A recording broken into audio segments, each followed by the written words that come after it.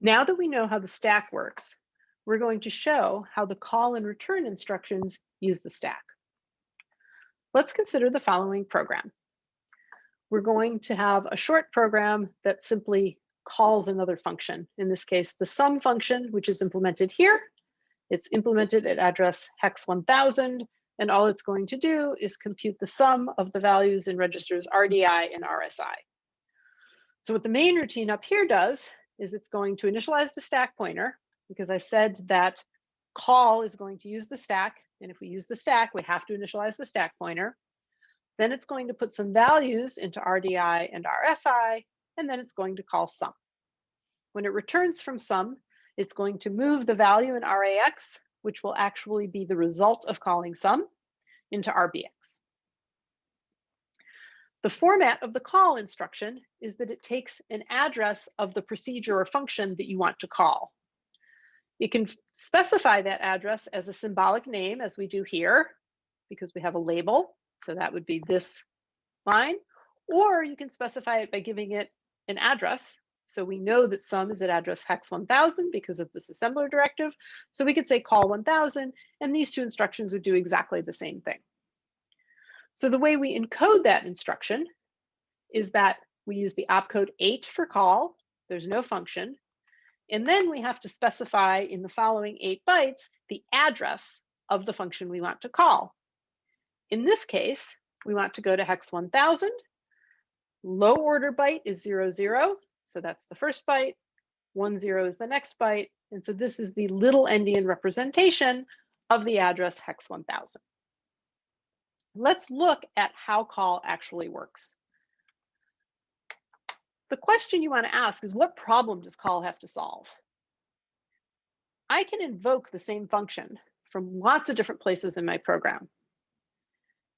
And when that function completes, it has to return to the right place. So the challenge that call needs to address is, how does it tell ret where to return to?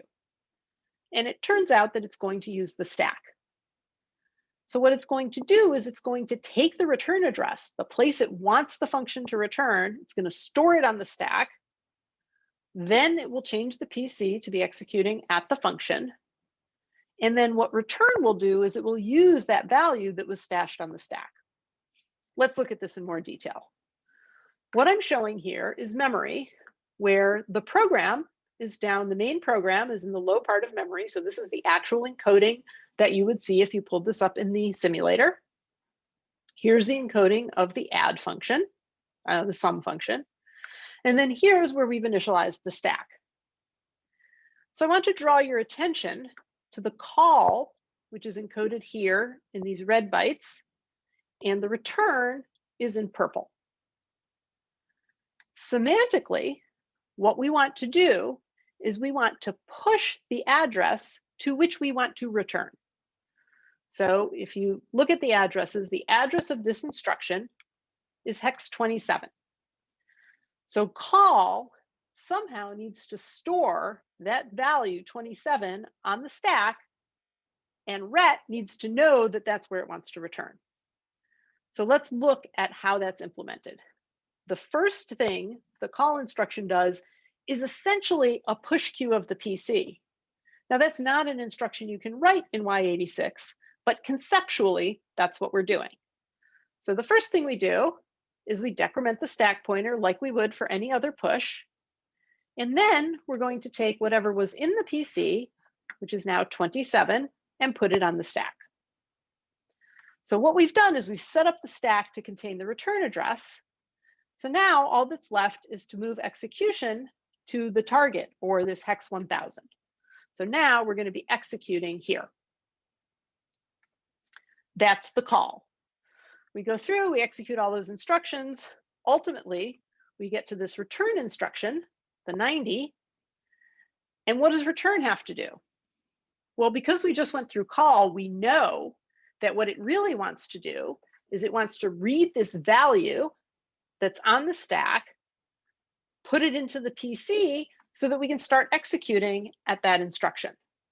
And so that's exactly what the return is going to do.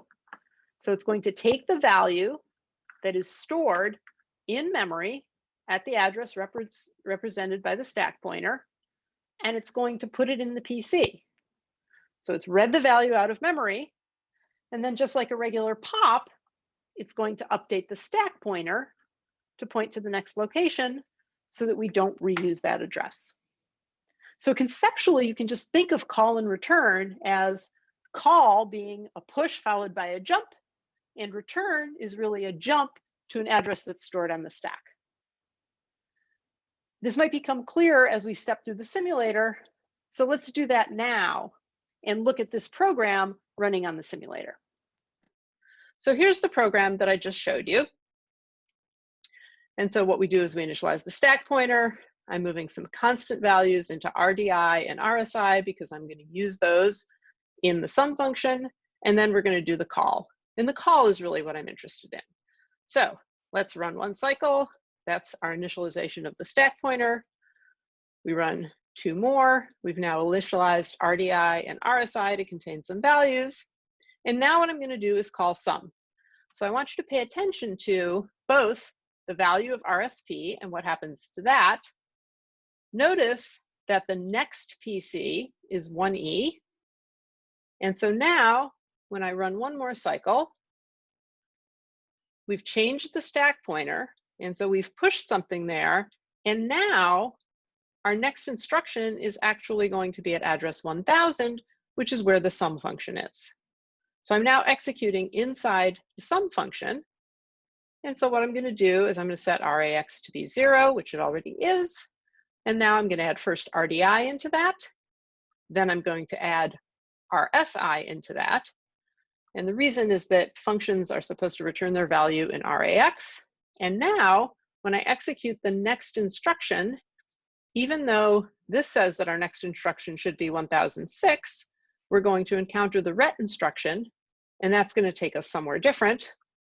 And in fact, we've gone back to the instruction at 27, which is asking me to move the contents of RAX, i.e. the answer that sum returned, into RBX. And so now I have the value there. So that's how call and return work. And when we come into class, we will actually take advantage of the fact that we know how call and return work to build a buffer overflow attack.